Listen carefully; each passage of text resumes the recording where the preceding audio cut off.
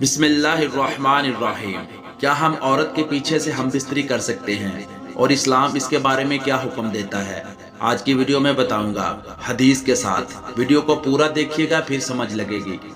بہت سی فطرت سلیمہ کی مالک بیویاں اس بات کا انکار کرتی ہیں، لیکن کچھ شوہر اسے طلاق سے ڈرا دھمکا کر منوا لیتے ہیں اور کچھ اپنی بیوی کو دھوکہ دیتے ہیں۔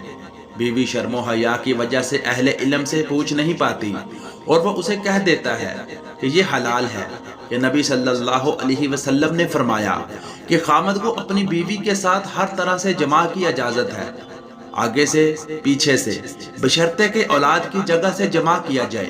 اور یہ بات سب کو معلوم ہے کہ پچھلی شرمگاہ پخانے کی جگہ ہے، اولاد کی جگہ نہیں ہے۔ یہ کبیرہ گناہ ہے، چاہے حیض کے دنوں میں ہو یا عام دنوں میں۔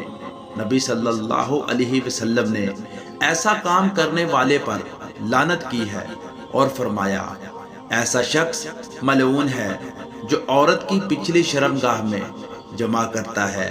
امام احمد نے اسے روایت کیا اور یہ حدیث صحیح الجامعہ 5865 میں بھی ہے۔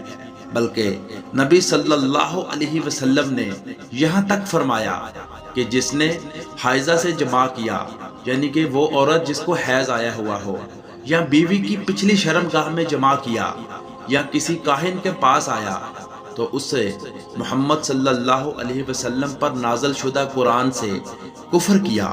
تو دوستو، ویڈیو کیسی لگی؟ ایسے مزید واقعات کے لیے اور دینی مسائل کے لیے میرے چینل کو سبسکرائب کر کے بیل نوٹیفیکیشن دبا لیں۔ آپ کو ایسی ویڈیوز ملتی رہیں گی۔ ملتے ہیں نیکسٹ ویڈیو میں، تب تک کے لیے اللہ حافظ۔